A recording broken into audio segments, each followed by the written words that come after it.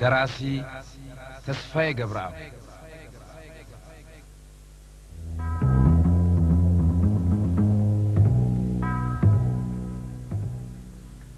በዚያው ሰሞን የጆርጅ ኦሪቪል አኒማል ፋርም በፎቶኮፒ የተባዛ በነጻ ታደለ። እንግሊዘኛ ለሚቸግራቸው ደግሞ የአማርኛው ትርጉም የእንስሳት እድር ተፈልጎ በየቢሮው ታደላቸው። ስለዚህ ጉዳይ ቀደም ብለው ሰምተው የማያውቁት ግራ ተጋብተው ጥያቄ ያቀረቡ። ምንድነው ይሄ? የአሳማዎች የውሾችና የአህዮች ታሪክ። ማን ነው አሳማ? ማን ነው ውሻ? ማን ነው አህያ? ባጭሩ አንተ አሳማ ጠባቂ ውሻ ነህ።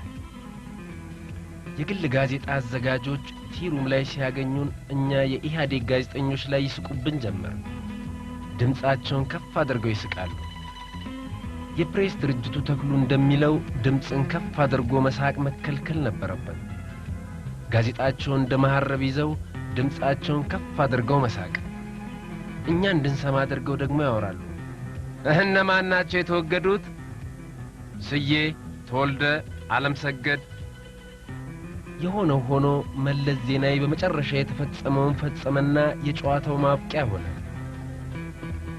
እነ መለስ የተከፋፈሉበት የመጨረሻው ስብሰባ ሂልተን ሆቴል ነበር የተካሄደው ይባላል። ሂልተን ለስብሰባ የተመረጠው በመካከላቸው ቦምብ መፈንዳቱ እንደማይቀር በመረዳታቸው ነበር። እነ ተወልደ ቤተ መንግስቱን አላመኑትም። ዘግይቶ እንደወጣው ሚስጥር ከሆነ ደግሞ የስብሰባ አዳራሹ በሲአይኤ ስውር የምስልና የድምጽ ቀረጻ ክትትል ስር ነበር።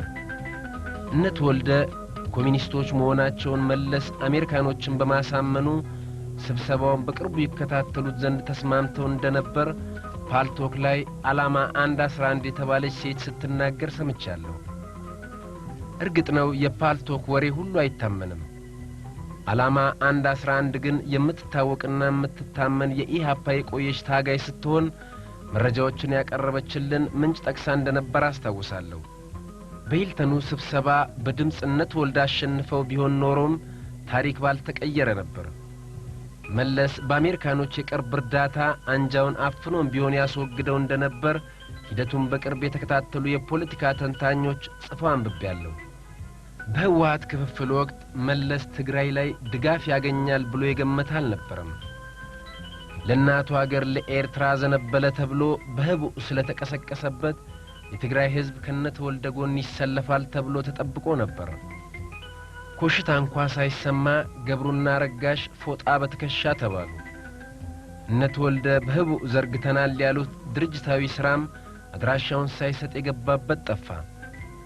በመጨረሻ መለስ የክፍፍሉን ድራማ የዘጋው የኦህዴድንና የመከላከያን ድጋፍ ለማጠናከር በወሰደው እርምጃ ነው። ይህንኑም ከክንፈ ጋር ቁጭ ብለው እንደተመካከሩበት ዝርዝር መረጃ አለኝ። ህወሓት ከተዳከመ በአዴን ወደ እናት ድርጅቱ ወደ ኢሃፓ ጓዳ ሊገባ እንደሚችል ግምታዊ የፖለቲካ ትንተና አስቀመጡ። የበአዴንን ድጋፍ ብቻ ማመን ያለውን አደጋ ሸተቱ። የደቡብ ህዝቦች ገና ሁኔታው ያልታወቀ ቢሆንም ለጊዜው የትም አይሄድም ተብሎ ፋይሉ ወደ ጎን ተገፍቷል። ደቡብ ሲባል እነመለስ ካሱ ይላላ ብቻ ነው ትዝ የሚላቸው። ስለዚህ ሽኩቻውን ለመደምደም የኦህዴድና የመከላከያ ሁኔታ ማሻሻል ቅድሚያ ተሰጠው። የመከላከያ ጉዳይ ቀደም ተብሎ ጀምሮ በሸውራራ ፖሊሲ የተዳከመ ሆኖ ቆይቷል። መለስ በመከላከያ ላይ ያለው አመለካከት ካስገራሚነት በላይ አሳዛኝ ነው። አንድ አብነት አንስቶ ማየቱም መከላከያ ማን መሆኑንና የተከዜዎችን ሚናም እንድንገነዘብ ያደርገናል። የአፍሪካ አምባገነን መንግስታት በብዛት በወታደራዊ መፈንቅለ መንግስት የተገኙና የሚገኙ እንደመሆናቸው መንግስታት ሁሉ ታማኝ ጄኔራሎችን መሾም እንደ መፍትሄ የያዙት አሰራር ነው። የመለስ ዜናዊ አስተዳደር ግን ታማኝ ጄኔራሎችን መሾም ብቻውን የመቆጣጠሪያ ዘዴ ሊሆን አይችልም ብሎ ያምናል። በ1987 በተደረገ መከላከያ ነክ ስብሰባ ላይ የስልጣንና የማዕረግ ክፍፍል ከተደረገ በኋላ ምን አይነት ሰራዊት ይኑረን የሚል ጥያቄ ተነስቶ ክርክር መደረጉን በቅርብ የማወቅ እድል አግኝቻለሁ። አብዛኛዎቹ የመከላከያ ቀደምት ኃላፊዎች ፈራ ተባያሉ ያጅጎደጎዱትን ውል አልባ ዲስኩር ወደ ጎን ልተወውና መለስ ዜናዊ ያራመደውን አቋም ላውጋችሁ።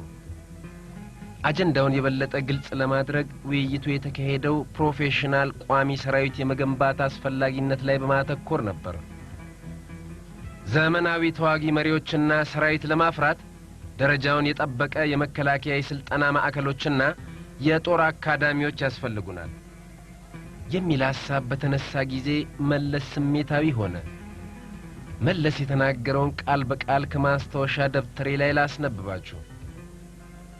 ኢትዮጵያ ኢሊት ሰራዊት አያስፈልጋትም። ንጉሱ ከአቅሙ በላይ ኢሊት ሰራዊት ገንብቶ ተበላ።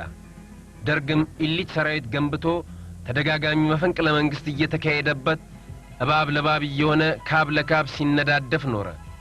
በጠበበ እድል እያከሸፈው ከመበላት ተረፈ እንጂ የንጉሱ ጣይ ገጥመው ነበር። እኛ ከዚህ መማር አለብን። ኢሊት ሰራዊት አያስፈልገንም። ኢሊት ሰራዊት ጨፍጫፊ ነው የሚሆነው። ብሔራዊ ተዋጽኦ የተጠበቀ ህዝቡ ያገኘው ድል ላይ የማያመጽ እንዲጠብቀው የፈጠረውን ስርዓት መልሶ የማይበላ ሰራዊት ነው መገንባት ያለበት።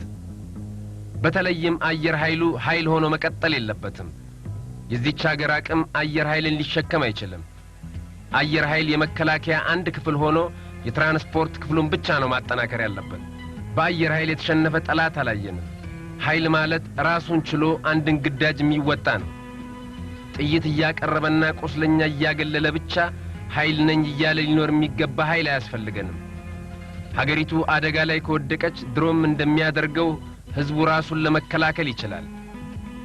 መለስ ይህን ከተናገረ በኋላ ስለ ጦር አካዳሚ፣ ስለ ሰራዊት ጥራት፣ ስለ ምሁር መኮንኖች ሲያወሩ የነበሩት ሁሉ ተገልብጠው ስለ መንግስቱ ንዋይ ክህደት፣ ስለ መርዕድ ንጉሴ እብደት እያስታወሱ የመለስን ትንተና ወድሰው አጀንዳው ተዘጋ።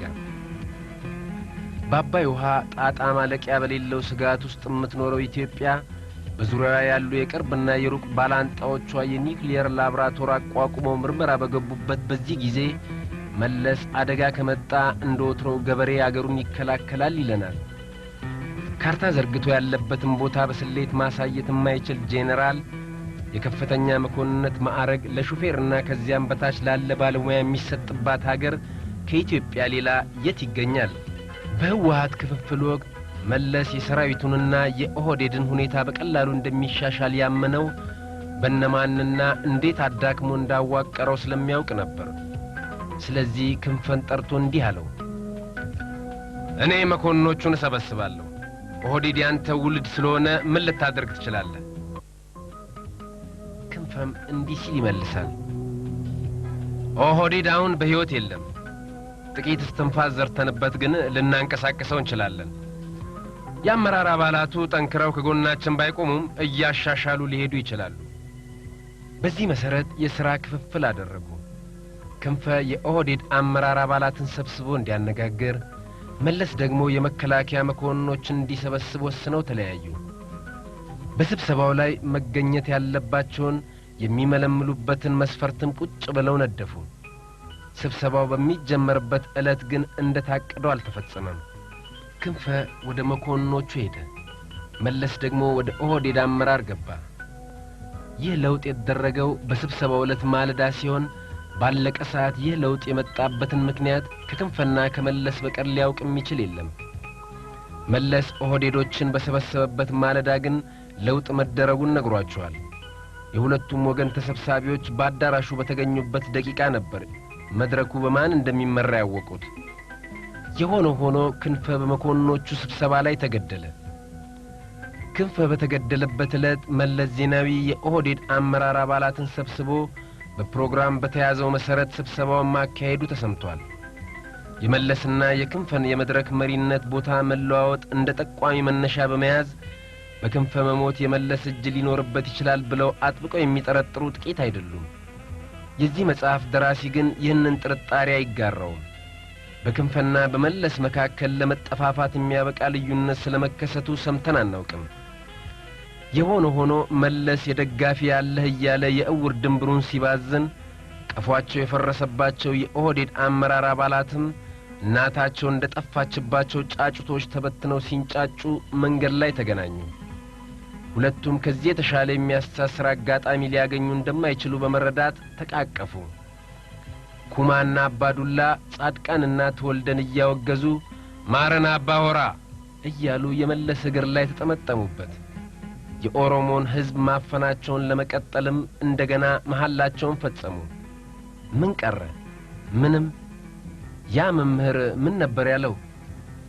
ታዳጊዎች ሆይ ኮካ ኮላ ከመሆን ያድናችሁ።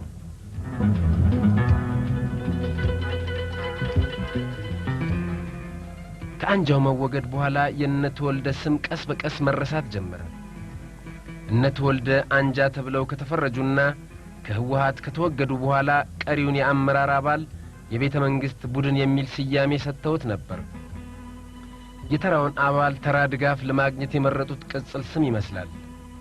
በተረፈ ግን መለስ መሪ ስለሆነ የግድ ቤተ መንግሥት ውስጥ ይኖራል። ከታሪካችንና ከልምዳችን አንጻር ቤተ መንግሥት ሲባል ምቾት፣ ገዢነት፣ አምባገነንነት አብረው ይታሰባሉና ፍላጎታቸው እነመለስ በዚያ መነጽር እንዲታዩ ነበር። የያዘላቸው ግን አይመስልም። የሆነው ሆኖ እነመለስ እንደገና ማንሰራራት ችለዋል። ፈተናቸው ግን አላበቃ ኖሮ ቅንጅት የተባለ ሌላ ራስ መታት ሕዝበ ሰራዊቱን ይዞ ተጋፈጣቸው። ያ ዘመን ለነተወልደ ጨለማ ዘመን ተብሎ ይታወቃል። ቅንጅት ተገሎና ታስሮ አረፍ ከማለቱ ደግሞ እነተወልደ አረና የተባለ ስም አስቀድሞ ተመልሰናል ሲሉ አውጀዋል። የኤርትራ ስምም ከዘመን ዘመን እንደ ጨውና በርበሬ የፖለቲካ ማጣፈጫ እንደሆነ ቀጥሏል። ከዚህ ሁሉ በኋላ ቆም ብለን አካባቢያችንን ስናስተውል አፍሪካ ቀንድ በጦርነት እሳት እየተለበለበች አሊያም ባደጋ ደጃፍ ላይ ቆማ ትታየናለች። የወያኔ ሶማሊያ ያልተሳካ ጣልቃ ገብነት የሚያስከትለው ጦስና መዘዝ ገና ተጀመረ እንጂ አልተቋጨም። የሱዳንና የደቡብ ሱዳን ውዝግብ ከዳርፉር ቀውስ ጋር ተጣምሮ የችግሮች ሁሉ ቁንጮ ሆኗል። የኛም እጅ አለበት። ኢህአዴግ ለዲሞክራሲያዊ ምርጫ ዝግጁ አለመሆኑ የኢትዮጵያን ውስጣዊ ሁኔታ ውጥረት ላይ ጥሎታል። የኢትዮ ኤርትራ ድንበር ግጭት ገና መቋጫ አልተበጀለትም። የኢትዮ ኤርትራ ድንበር ውዝግብ አለመፈታት ለአካባቢው ትርምስ ዋና ምንጭ ስለመሆኑ አጥብቀው የሚጽፉ የፖለቲካ ተንታኞችም አሉ። ወታደራዊ ምንጮች እንደሚገምቱት ጃንሆይና ደርግ የኤርትራን ችግር በጦር ኃይል ለመፍታት ከ250,000 ሰራዊት በላይ በዚያች ተራራማ ምድር ላይ ሰውተዋል ተብሎ ይገመታል።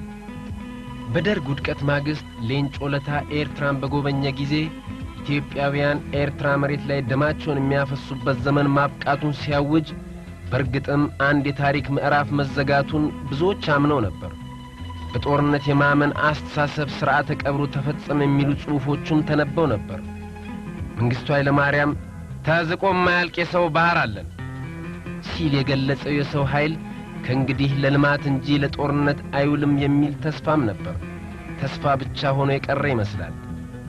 እነመለስም ሆኑ እነተወልደ ዛሬም እንዳለፉት መሪዎች ሁሉ ከተለመደ የጦርነት አስተሳሰብ አጥር መውጣት የቻሉ አይመስሉም። በጦርነት የሚሰዋው ዜጋ ሕይወት እንደማያሳስባቸው መገንዘብ ይቻላል። ደርግን ለመጣል በተደረገው ጦርነት የህወሓት መሪዎች 45,000 የሰው ኃይል ከፍለናል ያሉ ቢሆንም እነማን እንደተሰዉ ግን በትክክል አያውቁም። ለቤተሰብ መርዶ አልነገሩም። ከኤርትራ ጋር በድንበር ግጭት ሳቢያ በተደረገው ጦርነት የተሰዋውን የሰው ኃይል ብዛትም ግልጽ አላደረጉም። ከ70 እስከ 100,000 ቢገመትም እስካሁን ቁጥሩን ግልጽ አድርገው መርዶ አልነገሩም። በሶማሊያም በተመሳሳይ ይህ አስተሳሰባቸውን ይጠቁመናል።